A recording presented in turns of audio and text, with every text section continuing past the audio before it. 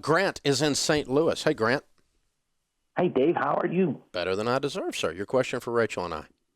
Hi, Rachel. I have a 27-year-old son who his brother and his mother, my ex-wife, took FPU along with his stepdad, but somehow or another Billy missed the bus and kind of refuses to grow up, has made a lot of really kind of off-the-wall decisions from some standpoint. Rather than butting heads, his mom and I, like I said, she took FPU. So we're debt-free, would love to be able to speak into Billy's life and kind of bring him into the fold, as it were. But we have been running against resistance after resistance. And I know you say, don't tell him what we're going to do, tell him why we're going to do it. And that conversation always goes well. But I'm interested in, from Rachel or from, my parents say... now, what does he do for a living, and where does he live? He is actually down in Bonne Terre, Missouri, kind of in a little bit out in the sticks, and loves the environment, gets to play on his four-wheeler, and, he doesn't want to do anything right now. He's kind of between jobs. So how does he pay his rent? He doesn't. He's living in Mom's basement. Oh, he's living in his mother's basement? Oh, yeah. Oh, okay. This is your ex. This is the ex, right. Okay. Now, are you involved in her life at all in terms of do you all have open communication or what? Very open communication. Does she want him to leave?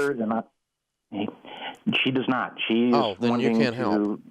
Exactly. Yeah. Exactly. Okay. So I'm getting the question of, will you give us money to help Billy? No. And I was like, no, I'll give him FPU. I'll give him love and guidance. Yeah. And in a box to move out of his mother's basement. Yeah. Right. Yeah, be a man, son. It's 27. Time to suck it up and get with it. If your whole skill set is riding a four-wheeler and living in your mother's basement and you're 27, it's time to man up. Amen. Yeah. Amen. I could not agree more. Yeah. So you the only thing you can do is to build and maintain relationship to be able to speak into his life to the extent he can hear it. But the way I would remember this, and the way it's helped me with my grown kids, is I no longer have the right to tell them what to do. They're not under my control. And so the only shot I've got is the same shot I would have with any other 27-year-old, and that is persuasion. And persuasion is based on relationship and trust.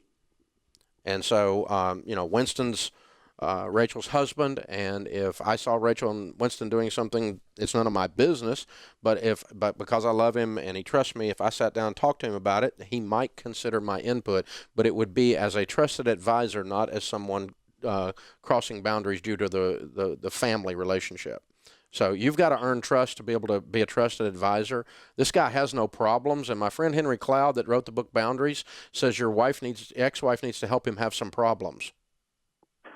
I could not agree more. But I don't know how to get her to do that. Until she does that, then you're going to have a problem. Or he's going to have a problem. He's going to have issues. He doesn't have problems because he gets to do exactly what he wants, which is nothing. Exactly.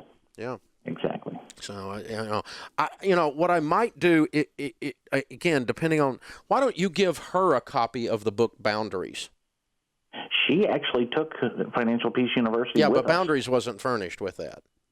Oh, that's right. That's right. Yeah, Henry Cloud's book Boundaries. I'll send you a copy to give her. And what I would tell her is this, is that you're very sweet and you're being very kind to him, but you're doing him harm because he's not moving into manhood. His emotional growth is stunted because his mommy is watching over him. And he needs his mommy to do him the greatest favor a young man could have, and that's to help him fly and leave the nest. Fly and be freely legal.